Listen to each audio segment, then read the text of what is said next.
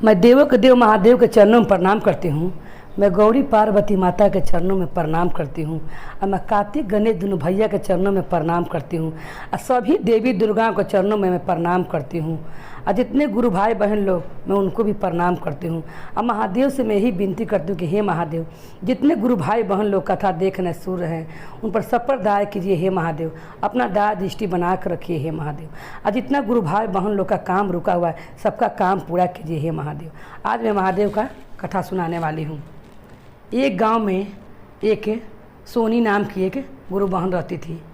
वो गुरु बहन का ही काम था, वो प्लास्टिक चुनते गुरु बहन चलती थी जहाँ तहाँ, वो वही से अपना घर का खर्चा वो चलाती थी गुरु बहन।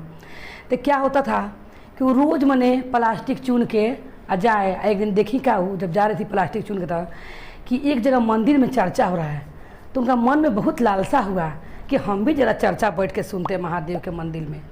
मगर जहाँ तहाँ प्लास्टिक चुनला से उनका देह हाथ तक गंदा था।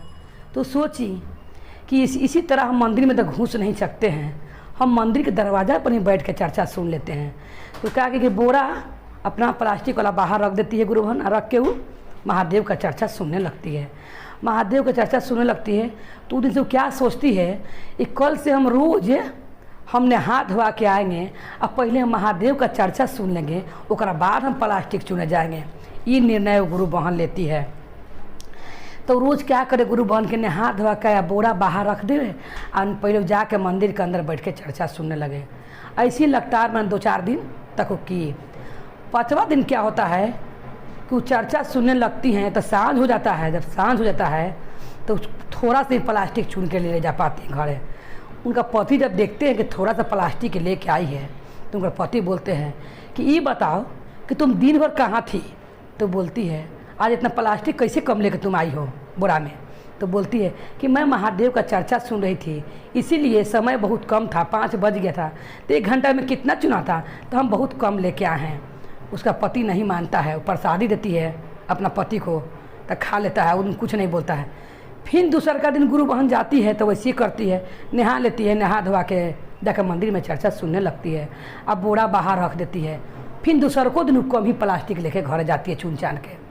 पति एकदम खिसियाई रहता है और कहता है, जैसे प्रसादी ले जाकर देती है तो कहता है कि ये बताओ कि रोज़ रोज़ तुम 4 गो मखदाना जो घर पर लाती हो और कहती हो कि हम चर्चा सुनते हैं, तुम कहाँ जाती हो कौन जानता है? कोई नहीं जानता है। आज तुमको हम बहुत मारेंगे। अपना पत्नी को बहुत मारने लगता है। जब मारने लगता है तो उसका देह में पूरा बाम हो जाता है उसका पत्नी का। तो रोते रोते महादेव से कहती कि हे महादेव, कितना मेरा पति दुष्ट हो गया है कि हम चर्चा में गए थे आपका, मगर क्या सोच के हमको मार रहा है ये तो आप ही जानते हैं महादेव, हम तो नहीं जानते हैं। आप इसको कैसे विश्वास दिलाएं हे महादेव कि हम चर्चा में गए थे। अरे प्रसादी भी बिक दिया लेके, कि कहता है कि रोज़ मखुदाना लेके आती है, कहती कि हम चर्चा में गए थे। महादेव अपना शिष्या का दुख समझते हैं और उसी समय महादेव क्या करते हैं कि क्या करती है, खाना नहीं बनाती है खीस में। दीने के जो खाना रहता है मार खैल रहती है तो खाना नहीं बनाती है, तो दीने के जो खाना रहता है वही पति उसको खाने जाता है। और जब खाने जाता है तो क्या देखता है कि हड़िया में सांप लौक रहा है, उसको कढ़ाई में बिच्छा लौक रहा है उसको।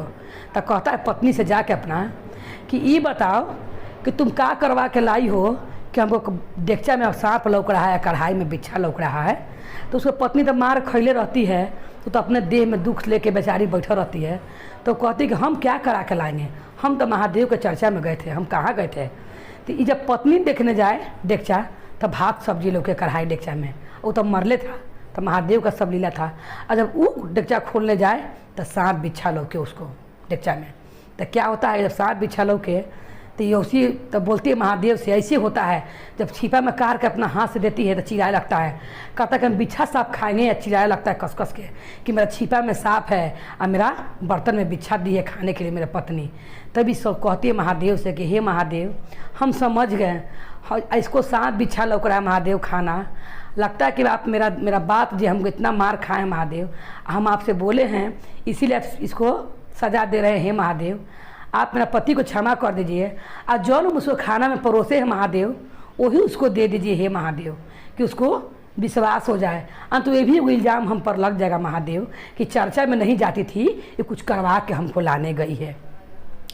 तब महादेव अपना शिष्या का बात सुनते हैं और जैसे उसकी पत्नी हाथ डालती है छिपा में, कहता है कि हम हाथ डलबे नहीं करेंगे, इसमें सांप बिच्छा है, और उसको सांपे बिच्छा लोकबे करता था कर छिपा में। तो जैसे पत्नी हाथ डालती है तो वो भात हो जाता है छिपा में, उसको भात लौकने लगता है।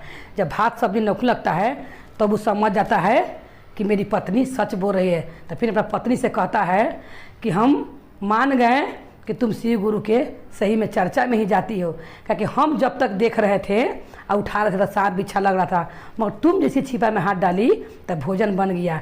लगता है कि महादेव हमको सजा दे रहे थे, हम जो तुमको मारे हैं और तुमको इतना बात बोले हैं चर्चा में जाने के लिए, इसी कारण महादेव हमको ये बात का सजा दे रहे थे। तो वो दिन से अपना पत्नी को कभी नहीं बोलता है, कहता है कि तुम कभी चुन के लाना मगर तुम चर्चा में रोज़ जाना। तो अपना पत्नी को समझाता है, बोलता है। तो पत्नी थोड़ी सा चुन के लाती थी और उसी में उनका घर में बरकत होता था, थोड़ी सा प्लास्टिक चुन के लाती थी और उन्हीं में उनका घर का खर्चा चलता था। तो महादेव का कृपा था। तो जैसे महादेव उन पर कृपा किए और सब गुरु बहन पर कृपा करे। बोले हर हर महादेव की जय, गौरी पार्वती मैया भवानी की जय, भैरव भैया की जय।